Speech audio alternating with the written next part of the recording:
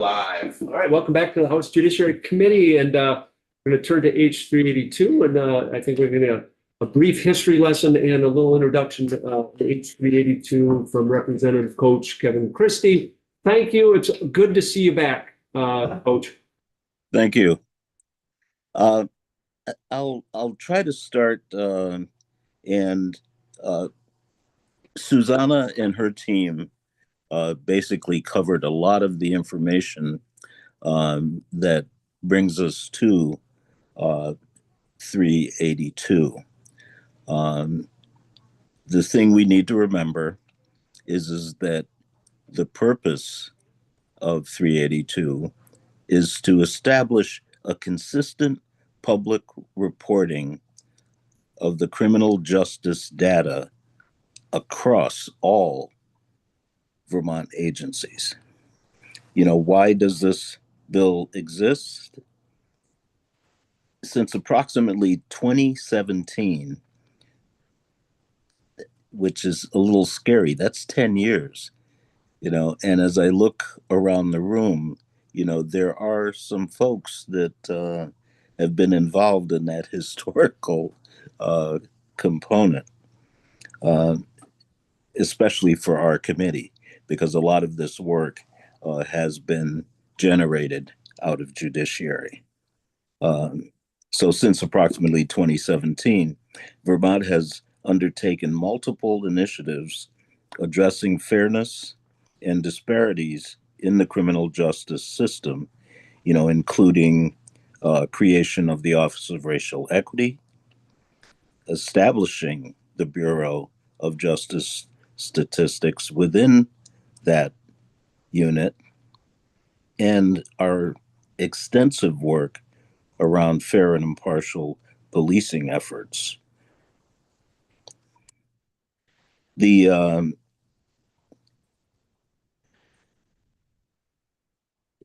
key has been our partnerships, and I will be putting together. It's a one page, and what it does is it kind of gives a primer of a number of the agencies and partners that will be testifying today, either in paper or in person. H382 also creates standardized reporting expectations so policymakers and the public can evaluate outcomes across the entire system. You know, the core idea, the state has invested in fairness initiatives for nearly a decade. And this bill provides the infrastructure to evaluate those efforts using shared facts. So that is a key component, you know, of the work. You might also hear in some of the presentations, or see in some of the presentations, I should say, the term data lake. The term what, Coach? Data lakes. Remember okay. That metaphor where our partners have access to this massive amount of data, and it streams in a number of different ways. You know, through the criminal justice system, we see it through VCIC. We see it from Crime Research Group in their work. We see other streams of information coming in to that lake from UVM and now Susanna's group. And what 382 is looking at is how do we get the guardrails in place so that we as the policymakers can functionalize all of that data that's in that lake. And that's part of what the structure is designed to do within 382. So I guess at this point, because a lot of like I said, you know, a lot of the information that we were talking about,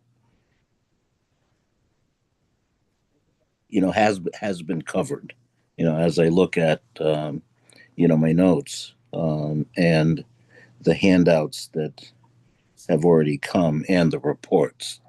I mean, there is some incredible information that's been shared with us over the last couple of days.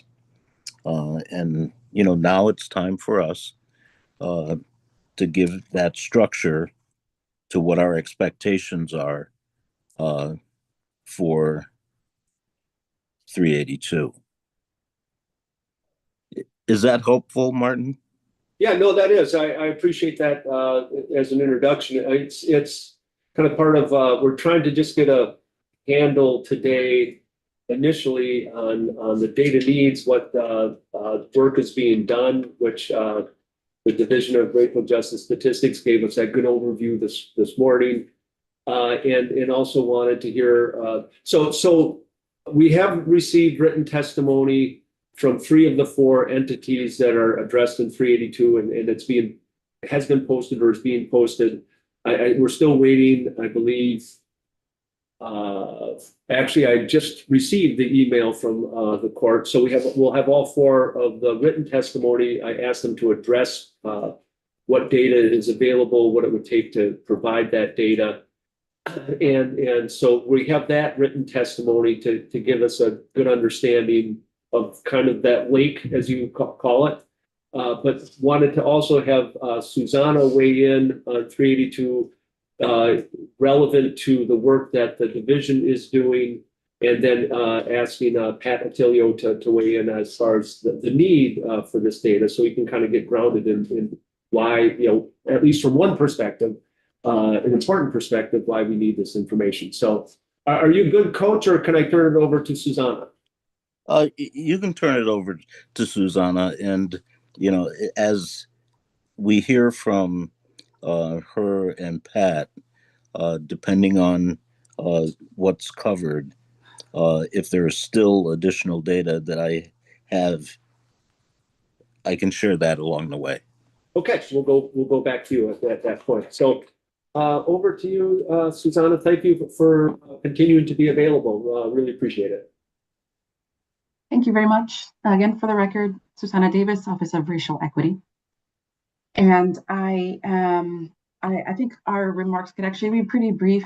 I'll start by saying I am looking forward to reviewing the testimony that you all received in writing from those covered agencies. We'll definitely be looking out for those, one, because it helps our internal understanding of the data landscape in general, and will also help us cross-check the information that we received through our data gap analysis project. And also because I choose to believe that they know their systems right now better than we might. So it will be helpful for us to learn from them what their viewpoints are on this bill. As far as our work is concerned, our review of this bill has led us to sort of bifurcated conclusion that some of the data points that are sought in the bill, it's our understanding that they are already collected or that they exist somewhere. Some of them are not currently collected, and we agree that they should be. And some are not currently collected. We agree that they should be. And it's our view that it would require some significant technological or data infrastructure modernization in order to be able to collect those. So I could go into detail. Our staff person from whom you heard earlier today very helpfully put together a table for us And I can share that with the committee if you all would like. And it maps out each of these components and our notes on it. I also want to highlight that the RDAP, the Racial Disparities in the Criminal and Juvenile Justice Systems Advisory Panel, has also opined on these data points in past reporting, and the table that our team put together also notes which of these data points had been previously contemplated by the RDAP as well. So that kind of is our general perspective, that some of this may already exist. And for those components, what that tells us is that something we already knew, that these data need to be compiled in a way that's accessible to the public and to policymakers. And I don't just mean accessible in the sort of ones and zeros sense, right? Have we technically complied with some legal mandate that something technically exists out there? But I really mean accessible in a way that is digestible for laypersons and that is actually actionable and usable. And so, nope, I'm going to save that for my diary. So that is the perspective that we're coming from with the items that we do believe are already being collected or that already exist. For those components that are not collected or that are not collected or that may need additional infrastructure support to be collected and reported on, we again are going to go back to our technology assets inventory work and the gap analysis work that we think will be informative at helping to identify what are those modernizations and upgrades that would need to happen. What is the order of operations in order for us to be able to get some of those data points? Some of it may be as simple as, saying we're moving to a new vendor because we have a system that may not be vendor supported anymore. It could be that. Or it might be something else related to data sharing from certain agencies or the way that data are collected. For example, we know that following a person's trajectory through the criminal legal system, we may have race data or ethnicity data reported for that person by the police or by the courts or by some other entity. But if an entity downstream is reporting that person's race and all of that is being informed by one upstream collection point that may have happened, let's say as an example, by law enforcement, if that first one is incorrect and future reporting on that person's race or ethnicity data is based on that, then the whole chain is tainted. And so sometimes for some of these, it may not necessarily be as much a question of whether it's public or whether it's collected in a usable system. And sometimes it has to do with the quality of the data as its first input itself. So that's another thing that we really want to consider. The last point that I'll make before I ask my staff if there's anything else that I'm missing is that a big concern for us is, I don't know what the correct term is, but swim lane overlap. So there are a few things. I'll give one example. One of the items named in the bill is in a reporting entity in the proposed report from the judiciary. It would be looking for pretrial release data, including bail information. And one of the things that we noted is that DOC also maintains some bail data. So in creating a complete and accurate record of bail information, which branches of government or agencies are we tapping for those data, and how are we making it a complete picture? And this is one of the areas in which there may be some either duplication or possible redundancy within our systems. That's me. Pardon me, Susanna, I muted the wrong person. Pardon me. So you can unmute yourself and continue. Sorry. That's okay. Thank you. So it may be the case that there may be some redundancy or duplication either on the collection side or the reporting side. And so for us, it's really important that we create clarity around whose role is it to collect, analyze, report on, and be accountable generally for these different data points. We know that CRG has been in the game for a long time as a designated agency. We know that the DRJS also has certain functions that include things like rulemaking or setting recommendations for data governance and things like that, and for also aggregating data. One of the things that we didn't mention in our prior presentation, but that I find it really important to mention when we talk about our work, is that the DRJS certainly, yes, is focused on criminal legal data because that is our mandate. And yet, because we're housed in the Office of Racial Equity, we also choose to regularly acknowledge that there are so many upstream and wraparound factors contributing to the pipeline that funnels people, usually disproportionately people of color, into the criminal legal system, that for our division, it's really important that we also look at systems that may exist technically outside of the criminal legal landscape, but that are real drivers, right? We can't talk about recidivism without talking about housing instability. We can't talk about the school to prison pipeline without talking about zoning and segregation and the impact that that has on what schools people are even going to. So thinking about all of the ways in which systems are impacting people and funneling them through the system means that there may be data points that are relevant that somebody is or should be collecting. And we want to understand how all of those pieces are fitting together and who's on point for keeping those data and telling the story with them.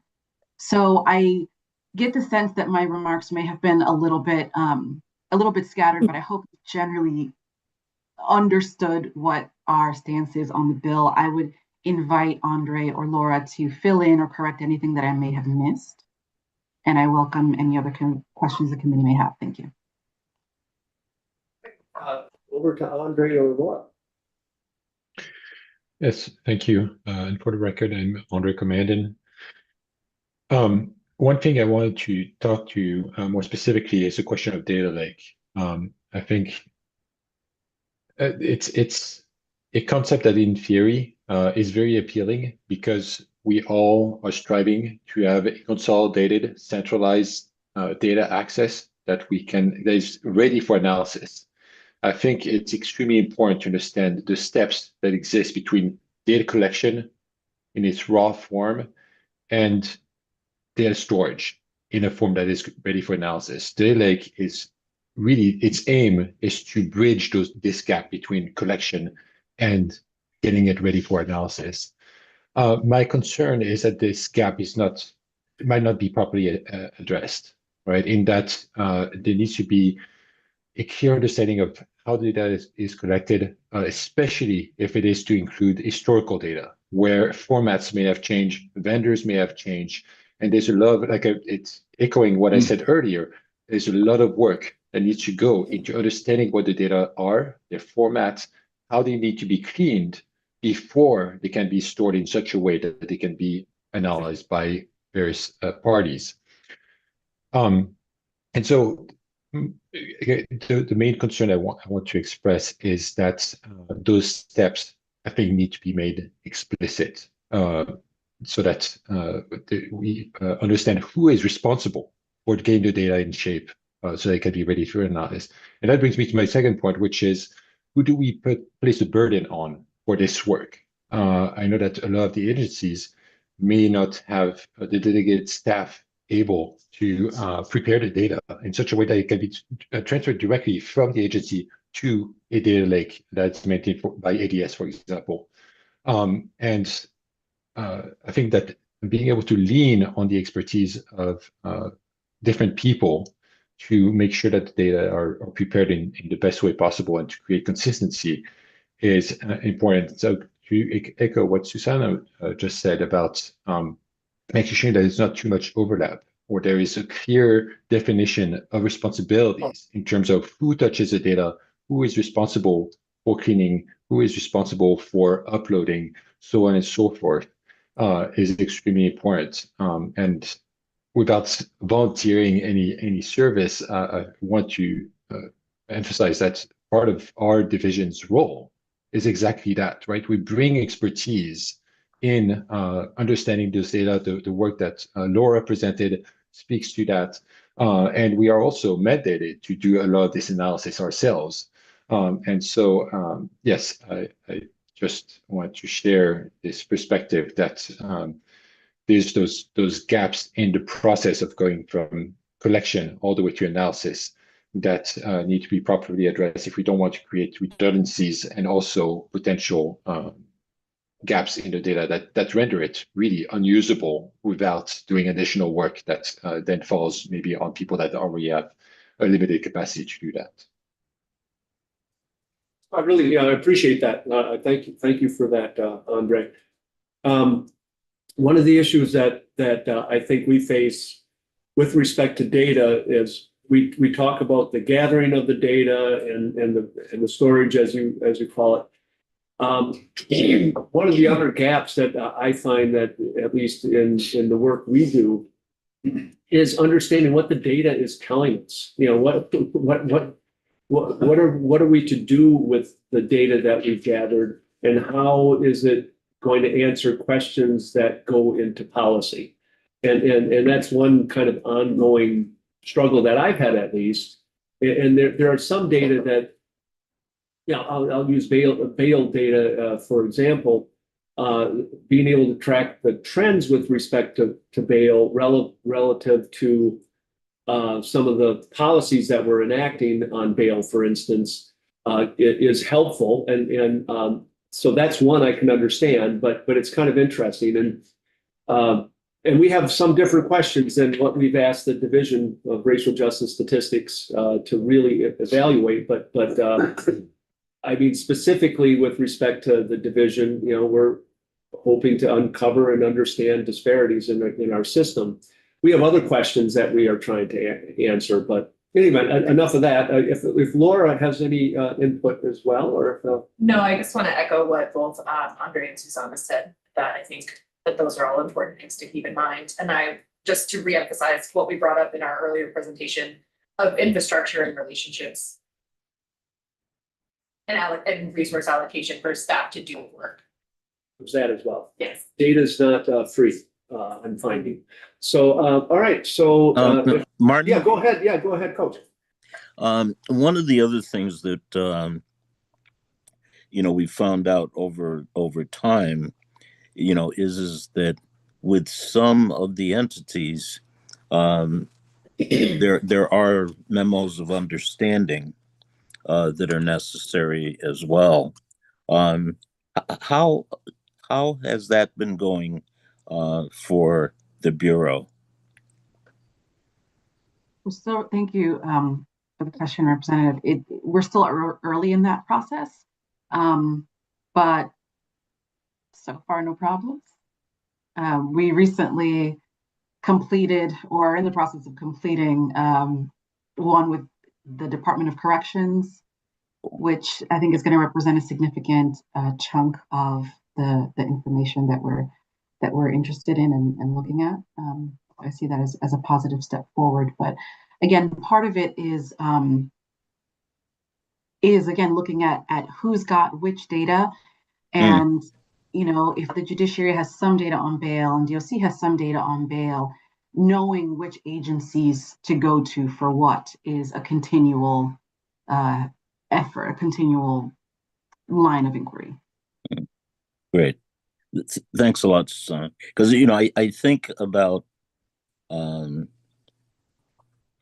situations, that we hear in our work as policymakers, and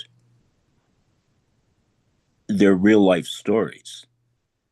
That's the other piece. When you take that data and you take who is that person or who is that chunk of information, it starts to answer some of the questions that Martin is asking as to how we can affect change along the stream, so to speak. Because I can think of, situations where a student is having a hard time, ends up becoming part of the system as a result of truancy, and getting into trouble. And the next thing you know, they're in the bail system, they're in the corrections system, and their whole life is changed. And it as you start to disaggregate that data or that story, what you start to find are those things you talked about earlier. Housing might have affected it. You know, they might have been living out of their car and trying to go to school, you know, those types of things. And all of those things have an effect on that story of that piece of data. So anyways, if that helps, thanks a lot for all you're doing, my friend. Yeah, so thank you. And Andre, if you want to comment on that, over to you. Yeah, I want to first say that I deeply appreciate the intent of that bill in doing exactly what we're talking about, which is facilitating data sharing and centralizing data in such a way that is more easily accessible.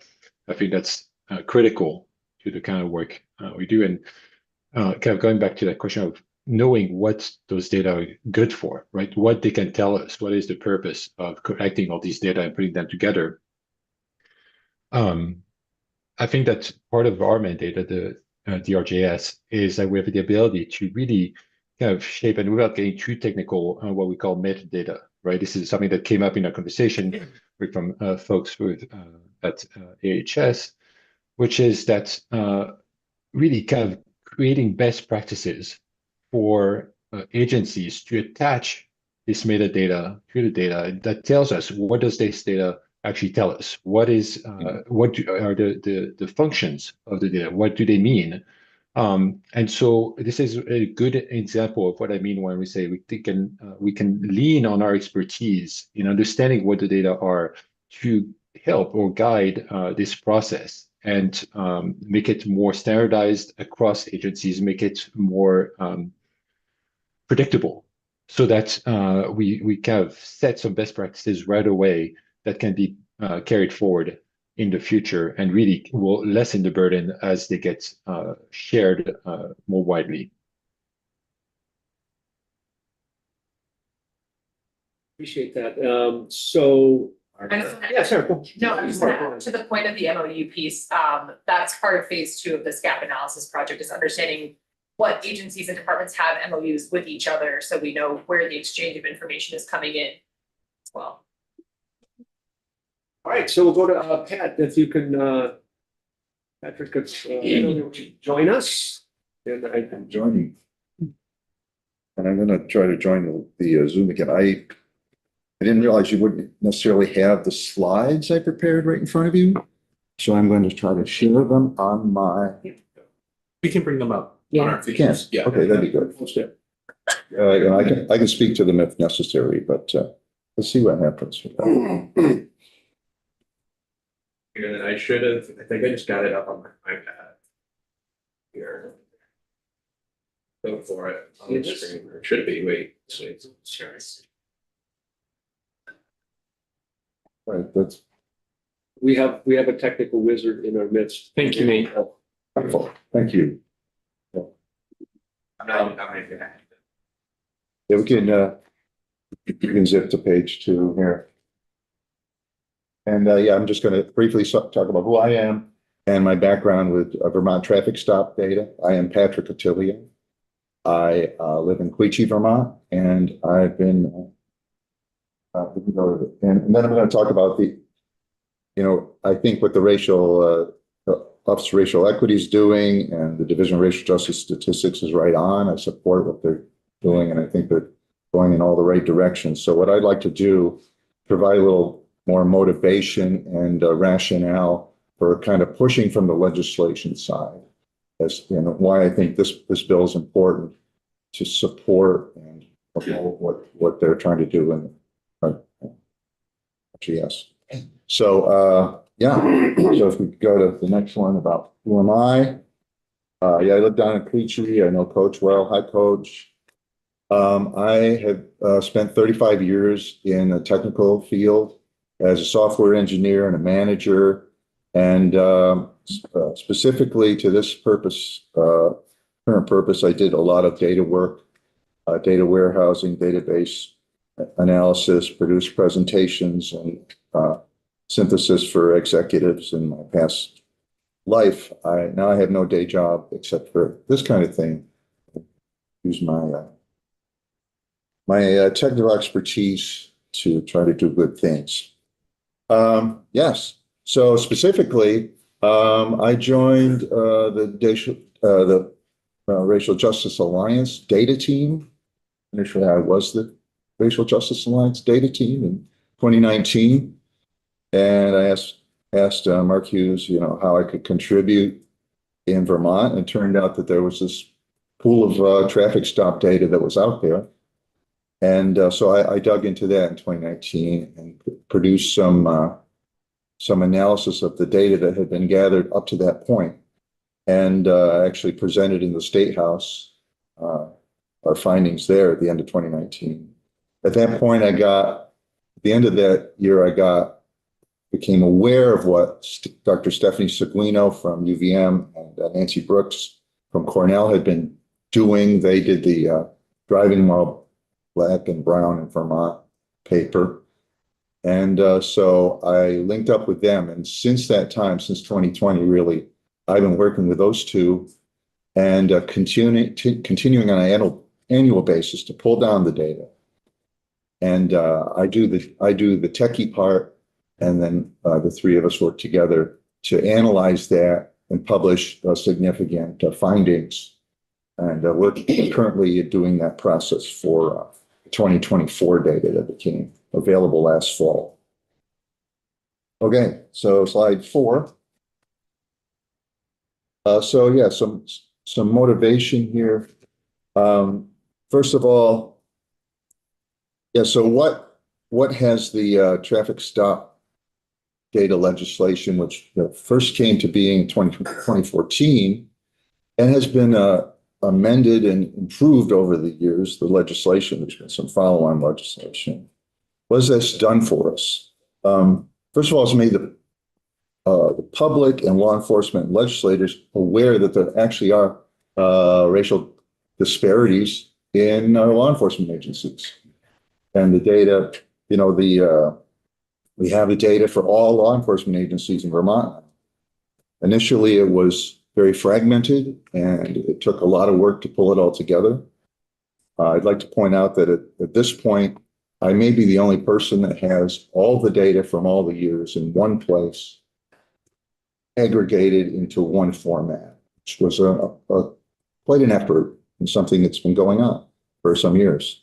So we can now see the trends and how things are changing over time. But just to provide that awareness and the accessibility of that data. And anyone who can hear me, they're welcome to have access to that data as well. Happy to provide it. Certain agencies within Vermont have responded to this data set and done good things, particularly the Vermont State Police. They've changed some of their policies and the procedures, and that's been a positive result. And we're seeing fewer traffic stops, fewer unnecessary traffic stops, and a reduction in some of the disparities. More can be done, but we have that trending. We can see the data. Allows them to work within their own agency, so it doesn't have to the public. Go ahead. Just something you said to kind of sparked the question. Sure, go ahead. In my mind, you said there's less unnecessary traffic stops. Well, there's I guess just kind of the definition. There's two kinds of you can break traffic stops down into two pieces. One is what we call safety stops, where that's where speeding and DUI and things are, and the other is things such as expired registration or license plate, things like that, or broken taillight. Right, so that's historically been a source of for law enforcement to just have a pretext. This is called pretextual stops with other motivations, let's say. Those tend to be not as necessary, so you find, and they tend to be ripe for abuse. So it's a pretextual traffic stops that I was referring to when I say. I know with the registrations, we don't have any indication anymore of the license plate, so that I'm sure those have plummeted. Yeah. That would, but not to start an argument, but I would push back on something like a broken tail light being a safety issue, but. It can be a safety issue, yes, but it's not on the same level as speeding or erratic driving, so on. And I tried to draw that distinction. Yeah, okay, see, you had a line that had to separate then somewhere. Yeah. Okay. And then the state's attorney in Chittenden has also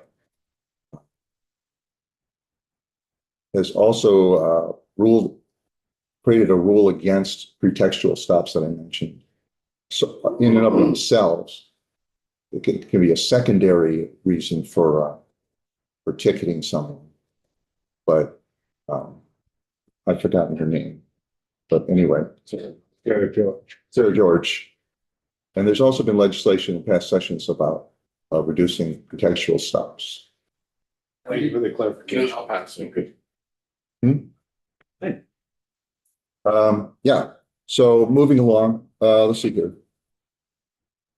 Yeah, we've seen a decline in racial disparities. It varies by agency, but we have to believe that's been one of the benefits. And communities have been empowered to address bias policing because they have the data. So over the years, we've been called upon from various towns to Dr. Seguino and myself to do presentations of the data because when the results have been posted, people are concerned. So we've been happy to help with that process.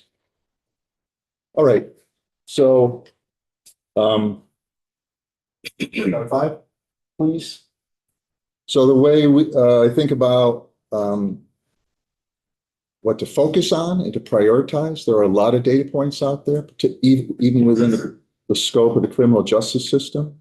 We focus on two criteria. One we call high impact decision points, and then high discretion decision points. Now, a high impact decision point is something that happens during that whole, and we think of soup to nuts with a first encounter with a police officer, for a last encounter with a parole officer, potentially, all through that. And there's many decision points that happen along the way. And some of those, think about like pre-trial detention, for example, or can affect an individual's ability to support their family if they're detained. Can dramatically affect their employment status and prospects for the future, their standing in the community, their freedom, their privacy, even their lives. So you can identify these high impact decision points along the way, and it provides a way to focus on what's important. And at the same time, many of these decision points are high discretion in that someone has great latitude to decide one way or the other and potentially little oversight or accountability. So there might not be the transparency, the review or oversight. It may not be systematically recorded or centrally recorded for possible review, and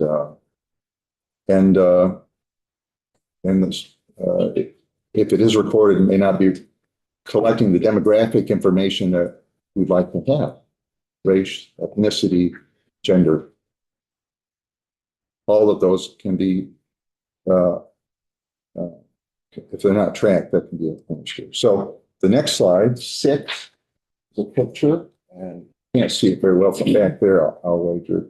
But all it is, as I mentioned, that whole flow through the criminal justice system process. This is specific to the adult criminal justice process. One could do one for the juvenile justice system. And the various steps along the way, from the first encounter with the police, arraignment, pretrial, trial, sentencing, incarceration, return to the community. Each one of those, you can identify what those high impact, high discretion decision points. And this is just some examples. If you, it's an eye chart, some examples of those that I together. I put this chart with quite a few resources. I talked to Bobby Sand and some others to try to put this together over time. Yeah, these are examples. So if we flip now to slide 7, we start talking about H382 specifically. And I imprecisely but attempted to circle the high impact, high discretion decision points that seem to be fall within the purview of H382. You can see there's many are covered there.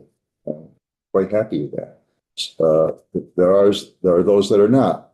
And again, these are just examples of this kind of decision point that could expand on this chart and do the juvenile chart and do the same thing. The priorities. So this is a good way to prioritize and keep focused on where we should be interested in trying to bring forth this data. I think it's been noted here today that H382, the areas that are identified there are also have been put forward and passed by the RDAP. There's also the Racial Justice Statistic Advisory Council has also produced a set of priorities that's consistent with 382. And so this is kind of my framework. Number 8. So I talked about the benefits we've seen from the traffic stop data. But yeah. Thank you, Nate, you're really doing it for me. Yeah. So zooming out and looking at this whole framework, I just want, and again, the Division of Racial Justice Statistics is heading in the right direction. And I'm just trying to motivate here. So the first thing, a benefit of this legislation would give, I hope, the DRJS more oomph or more statutory and policy support for their work, so they can point to that when they're working with the other divisions, say, point to statute, say, yeah, this is important and this is a priority. And of course, we're trying to reduce disparities in the criminal and juvenile justice system. We're trying to protect civil rights here. We're living in a time when due process and equal protection are under threat, and we would hope that this would support our civil rights. And we've also heard earlier, accountability changes behavior. Sunlight's the best antiseptic. There's something called the audit effect.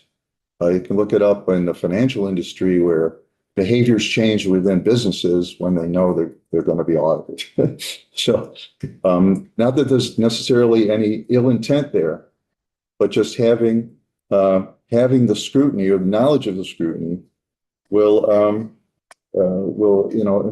it changes behavior and builds trust and confidence in the data. Early detection of systemic problems. So it's very inefficient and harmful to have a problem within a system not come to light for years until it becomes very bad, and then you need federal consent decrees. Better within the organization to say, okay, this is an issue. We didn't know this was happening. Let's fix it before it becomes a problem. Early detection. And Martin said it before.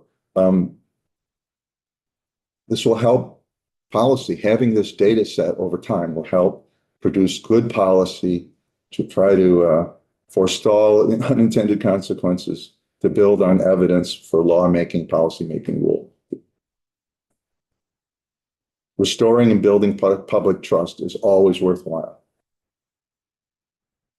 Empowering defendants in the defense counsel in certain cases, when they identify, they can look at this data and see there's a systemic problem here. a systemic bias, and this data could be useful for that. So that, all right, that's the crux of what I wanted to say. If we go to slide 9, I just wanted to point out that we would, Vermont is not, way out in front here. Particularly, and they all know all of this, but New York State has done great work here. They produced legislation in 2019, and they've got a portal. You can go see it. It's got tons of data about pre-trial determinations, arrest dispositions, sentencing. They've got a dashboard that is pretty awesome, and probation, recidivism, and there's quite a bit of documentation or reporting about the benefits that New York State has been seeing already since 2019, having this data systematized. And there's other states are doing some things as well. California is up there, but New York really stands out. And it's opportunity, I think, to collaborate there and learn from their best practices. Honestly, the slide 10 just shows. But later you can cruise some of the things that are available on that New York State system, and you can open up any of those and visit all the data, and it's like gigabytes of it. All right, to summarize, slide 11, please, Nate. Thank you very much. So questions now, of course, or always contact me, Diversified Pat. Yes, I recommend you support and give favorable recommendation to 382. And also support the Division of Racial Justice Statistics that focus on high impact, high discretion decision points. And yes, what we heard earlier, improving our data collections systems is fundamental. Thank you. Questions? No, that was very thorough. So I really, really appreciate those charts as well. Particularly the decision points. I think that's going to be helpful as we go forward. So, Karen, go ahead. Yes, and thank you for this. I feel like this does really help set the stage of the kind of places that we want to be looking at for collecting data. Yeah. This is more of a curiosity thing, because part of what I'm looking at with data collection is making sure we have a sustainable solution to do this going forward. And so I'm curious if you can clarify your role again. So were you a consultant to the racial statistics program? So I just see that you have asked questions, and I'm like, wait, so do we ask you questions? Are you a consultant, or what is your role? Yeah, I'm just a civilian who volunteers in various roles. And one of my volunteer roles has been working with the Racial Justice Alliance now for 6 years. So we meet weekly. I'm retired. It's something I do. Okay. And it's the same with the traffic stop data analysis. Every December, I kind of crank up to my memory and pull down the data. But it's a volunteer thing. So. But if we were to look at something that was more embedded or sustainable, sounds like you would support that as well. You're doing this because it's absolutely. Yeah. Absolutely. I mean, the ORE is doing the work within the state to make it, to implement a sustainable solution. This is not I don't think that the Justice Alliance the Racial Justice Alliance is going to go anywhere. We kind of in parallel try to find ways to support and promote fields of priority issue. Thank you. I'm just trying to get that connection. Yeah, I'm just a guy. Oh, I appreciate data collection. I think it's lacking enormously in one aspect. If you are trying to look at where this stuff takes you and drawing conclusions, if you're not part of the decision making process that involve the car stop. What sort of decision making process are you talking about? who were you in the police car that stopped the car? And Oh, okay. understand the decision-making process that created the crash. That's fair. That's fair. And it's a question that we just have to ask when we see the disparities coming, in the racial disparities and other, it's a question we have to ask, and it falls within the organization to really remedy I and understand, investigate. but I mean, could some people be more prone to traffic violations than others? I don't know. They are in other crimes. Absolutely. So I think unless you're part of the Unless you- decision-making We're process. talking about some individuals or some racial categories. Well, if you break it down, you know, yeah, for all kinds of things, be it socioeconomic background, all sorts of things. But if you weren't involved in the actual decision, stop that car, you've missed a large data point. Well, is there, I guess, fine, is there any additional data that is something you can tackle from a data standpoint? What was I thinking? Or what was the reason that I decided to stop a car? I mean, can you capture that question? Probably not, not unless you're riding in a car with the police on. So I guess, an individual stop, that's true. And I understand what you're saying. It's just when you start to look at large numbers, and we've got 1.3 million traffic stops that have been recorded over the, when you start to look at demographic categories,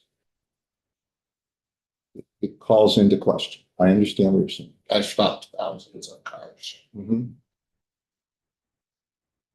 you find that there's more criminality among certain types of people? Not necessarily. Okay.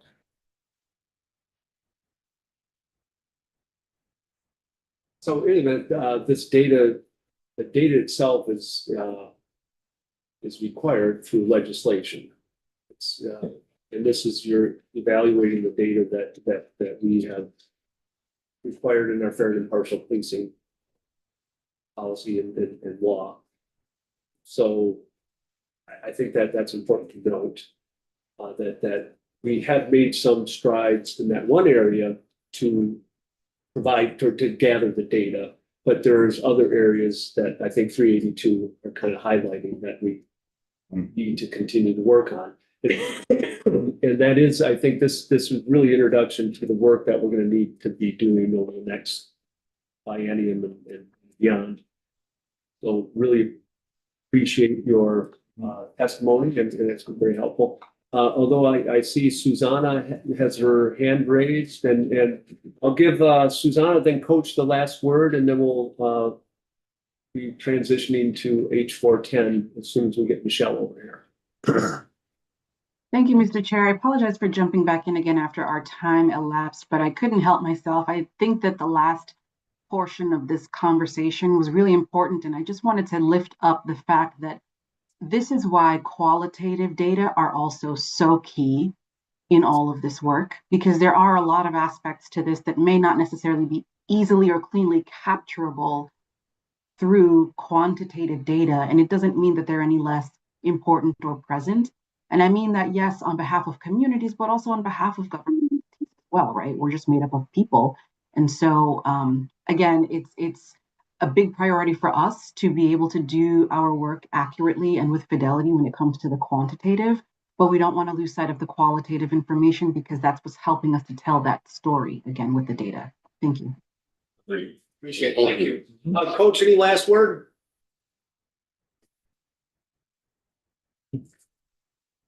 You're muted.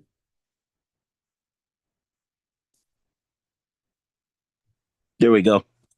I'd like to thank everyone, and especially Pat, and the team from Racial Justice, Alliance. Because when you think about it, again, he put another timestamp on that, going back to 2014. And we've been working on this even then. So just, the snippet that I brought up was a 10-year window. You know, now we're looking at close to 15 years.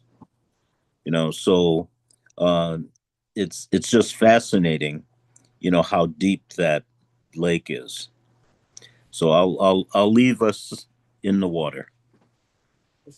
All right, I appreciate that. Thank you, everybody, and we're waiting on Michelle to come over for a walk through H410. So we'll go offline, we'll recess, I guess you can call it.